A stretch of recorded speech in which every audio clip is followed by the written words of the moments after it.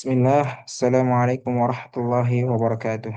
Alhamdulillahirrabbilalamin, wassalatu wassalamu ala asyrafil anbiya'i wal mursalin wa ala alihi wa ashabihi wa man tabi'ahum bi ihsanin ila yaumiddin amma ba'd. Pada kesempatan kali ini, insyaallah saya akan bahas mengenai sejarah dan perkembangan ad-dakhil fi tafsir. Untuk memenuhi tugas UTS pada mata kuliah ad-dakhil fi tafsir yang diampu oleh Ustazuna Dr. Ahmad Alim Hafizahullah. Baik, langsung saja ke pembahasan. Di sini ada latar belakang mengenai sejarah Dakhil Fit Tafsir. Nah, dalam sepanjang sejarah, Al-Quran itu telah menjadi sumber petunjuk dan cahaya bagi umat Islam. Dan juga tafsir Al-Quran sebagai usaha pemahaman mendalam terhadap ayat-ayatnya. Menjadi landasan utama bagi pengetahuan dan kehidupan umat Islam. Meskipun demikian, seperti halnya karya ilmiah lainnya, tafsir Al-Quran pun tidak lepas dari tantangan dan permasalahan. Salah satunya yakni adalah konsep ad-dakhil fit tafsir. Nah, ad-dakhil sendiri ini bermakna yakni yang dimasukkan, merujuk pada kekurangan atau penyimpangan yang disengaja dalam penafsiran Al-Quran. Lanjut, lanjut di sini ada awal kemunculan ad-dakhil. Nah, pada zaman Rasulullah, ad-dakhil ini belum ada. Sebab semua penafsiran Al-Quran dilakukan oleh Rasulullah SAW dan di bawah pengawasan Allah secara langsung. Jadi penafsiran yang dilakukan Rasulullah tidak mungkin ada kesalahan. Jika para sahabat menemukan kesulitan dalam memahami isi Al-Quran, maka mereka akan langsung bertanya kepada Rasulullah SAW. Dan ad-dakhil ini muncul era eh, pertama kali pada era para sahabat, tepatnya sejak tahun 41 Hijriah, dengan munculnya perpecahan umat Islam pada saat itu. Nah, sehingga tidak sedikit mufasir yang memasukkan ad-dakhil ke dalam penafsirannya, hanya untuk menguatkan ideologi golongannya tersebut atau sebab yang lainnya. Nah, ad-dakhil ini bisa muncul dari dua sudut. Pertama itu ad-dakhil yang timbul dari orang-orang non-Islam, yakni nah, dakhil semacam ini yang timbul dari orang-orang Islam ini muncul dari pemikiran musuh-musuh umat Islam yang ingin menghancurkan agama Islam, baik itu dari orang Yahudi maupun Nasrani, yakni orang yang tidak memiliki agama, maupun dari golongan orientalis yang mereka hanya bertujuan untuk mempermainkan agama dan ingin menampakkan bahwa kitab suci Al-Quran sangat bertentangan dengan dinamika kehidupan manusia. Nah, maka dari itu mereka mulai memasukkan ideologi yang salah dalam memahami Al-Quran agar terjadi fitnah di antara sesama Islam, agar umat Islam itu menjadi ragu terhadap kitab suci Allah dan umat Islam bercerai-berai. Nah, eh, sudut pandang kedua ini muncul dari ad-dakhil yang muncul dari orang Islam sendiri. Nah, ada semacam ini bisa muncul dari golongan beragam yang mengatasnamakan golongannya beragama Islam. Tetapi pada kenyataannya mereka mempunyai hubungan gelap dengan musuh-musuh Islam. Golongan Islam itu hanya menjalankan strategi yang dirumuskan oleh musuh-musuh Islam. Itu kurang lebihnya mengenai awal kemunculan ad-dakhil.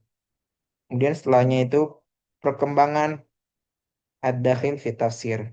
Nah, dalam sejarahnya, masyarakat Arab Quraisy sebelum lahirnya Islam adalah masyarakat yang memiliki hubungan yang cukup erat dengan bangsa Yahudi dan Nasrani lewat kebiasaan berdagang yang dilakukan oleh bangsa Quraisy dua kali dalam setiap tahunnya, yaitu perjalanan pada musim dingin ke Yaman dan pada musim panas ke Syam. Nah, pada masa itu Pada masa-masa dagang seperti ini, kaum Yahudi dan Nasrani itu memanfaatkan kesempatan itu untuk mentransfer pengetahuan yang mereka miliki dari kitab suci kitab suci mereka kepada masyarakat Quraisy yang belum banyak mengerti baca dan tulis. Nah, selanjutnya yakni ketika tatkala Rasulullah SAW mendeklarasikan hadirnya suatu agama baru yang bersumber dari Allah Subhanahu wa taala, masyarakat Arab kemudian menemukan ada beberapa persamaan antara apa yang dibawa oleh Al-Quran dengan apa yang mereka dapatkan dari kitab suci Yahudi dan Nasrani tentang kisah-kisah para nabi misalnya banyak kisah-kisah yang serupa atau bahkan sama dengan apa yang tertulis di Taurat dan Injil. Nah, bedanya metode yang digunakan oleh Al-Quran itu dalam menceritakan kisah-kisah tersebut hanya secara global, langsung kepada poin mau'izoh dan i'tibar yang diinginkan dari kisah itu. Nah, sedangkan dua kitab suci sebelumnya banyak menjelaskan hal-hal yang kecil dan remeh secara terperinci dan detail, seperti ukuran perahu Nabi Nuh dan jenis kayunya, warna anjing yang menemani Ashabul Kahfi di gua, kemudian juga bagian dari sapi betina mana yang dipakai untuk menghidupkan orang yang telah terbunuh pada zaman Nabi Musa alaihissalam dan lain sebagainya.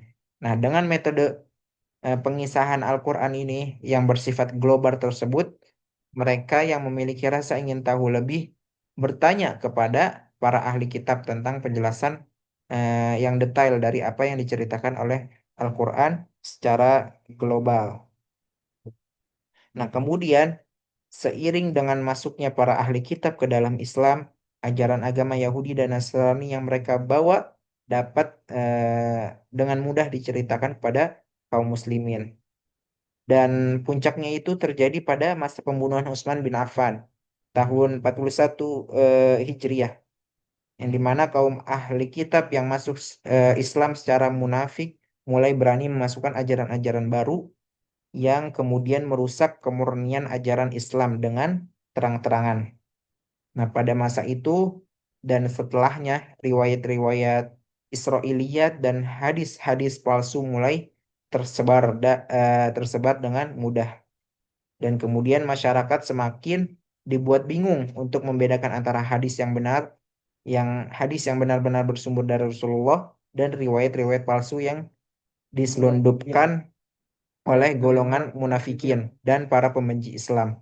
Nah, inilah yakni sejarah lahir faktor utama lahirnya ad-dakhil dalam dalam tataran riwayat.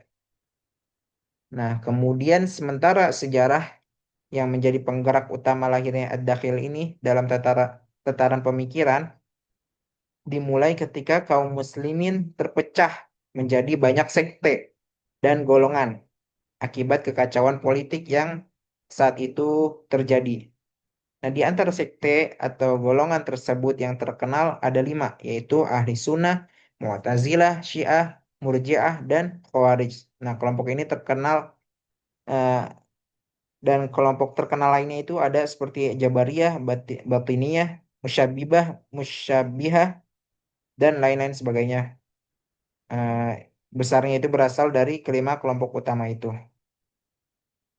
Nah, kemudian zaman tabi'in, da, eh, kau- pada zaman tabi'in, kaum Yahudi, Nasrani, dan orang-orang non-Arab itu semakin banyak yang memeluk Islam. Nah, kisah-kisah tentang Israiliyat dan ajaran-ajaran agama lama mereka pun semakin mudah membaur dengan ajaran Islam. Nah, kemudian dengan fenomena seperti ini, disadari ataupun tidak, riwayat-riwayat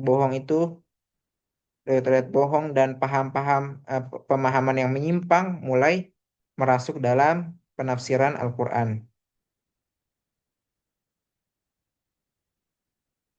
Dan kemudian pada masa tabi'ut tabi'in, riwayat-riwayat ini dengan mudah masuk ke buku-buku tafsir karena sebagian mereka tidak peduli ataupun sengaja memasukkan cerita-cerita tersebut untuk menafsirkan ayat-ayat Al-Quran yang menceritakan sebuah kisah secara terperinci. Nah, sebenarnya banyak karya tafsir dihasilkan oleh para ulama dalam periode ini. Nah, akan tetapi karena tafsir-tafsir itu tidak mencantumkan sanad secara tegas, maka bercampur baurlah antara riwayat yang sahih dan riwayat yang tidak sahih. Nah, kondisi ini menambah pada pemuatan kisah-kisah Israiliyat di antara para mufasir yang banyak memasukkan ad-dakhil dalam mereka adalah Muhammad memasukkan ad-dakhil dalam mereka adalah Muhammad bin As-Sa'ib Al-Kalbi, Abdul Malik bin Abdul Aziz bin Juraih dan juga Muqatil bin Sulaiman. Nah, kemudian perkembangan periode selanjutnya itu mulai dari era Abbasiyah sampai sekarang. Nah, era tersebut merupakan era di mana wilayah negara Muslim kemudian sangat luas, sudah sangat luas, berkembang banyak sekali aliran yang beragam opini-opini keagamaan mereka. Dan begitu juga faktor latar belakang sosial, latar belakang culture mereka. Dan ilmu pengetahuan mereka pun berkembang seiring perkembangan ilmu pengetahuan yang ada. Seperti halnya ilmu fikih, ilmu linguistik, ilmu filsafat, dan lain sebagainya. Dan hal itu berdampak pada upaya untuk memasukkan keilmuan-keilmuan yang ada tersebut dalam tafsir. Nah, kemudian terakhir kesimpulannya yakni ad-dakhil dalam tafsir ini merupakan unsur-unsur asing atau penyimpangan yang masuk ke dalam penafsiran Al-Qur'an, baik dalam bentuk riwayat maupun pemikiran. Nah, pada masa Rasulullah hal ini belum muncul karena penafsiran langsung berada di bawah bimbingan wahyu. Tetapi setelah wafatnya Rasulullah, terutama sejak terjadinya perpecahan umat tahun 41 Hijriah, mulai muncul berbagai kepentingan ideologis yang mendorong sebagian kelompok itu memasukkan pemahaman yang tidak murni ke dalam tafsir. Nah, dakhil dapat berasal dari luar Islam seperti pengaruh Yahudi, Nasrani, dan Orientalis, maupun dari internal umat Islam sendiri yang dimana terpengaruh kepentingan politik dan golongan.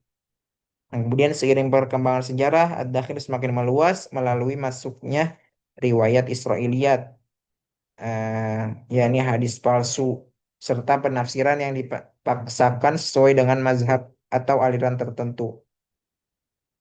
Dan pada masa tabi'in hingga sampai periode selanjutnya, terutama ketika sanad tidak diperhatikan secara ketat, nah maka disitulah bercampurnya riwayat yang sahih dan tidak sahih dalam kitab-kitab tafsir. Ditambah juga dengan perkembangan ilmu pengetahuan dan keragaman latar belakang mufasir. Nah, ini semakin membuka peluang masuknya berbagai pemikiran ke dalam tafsir. Nah, maka dari itu eh, penting bagi umat Islam untuk bersikap kritis dan selektif dalam memahami tafsir agar tetap menjaga kemurnian pesan Al-Quran. Nah, mungkin itu saja eh, yang dapat saya sampaikan mengenai sejarah dan perkembangan ad-dakhil fit tafsir. Allahu a'lam bishawab. Kurang lebihnya mohon maaf. Allahumma muwaffiq ila aqwamit thoriq. Assalamualaikum warahmatullahi wabarakatuh.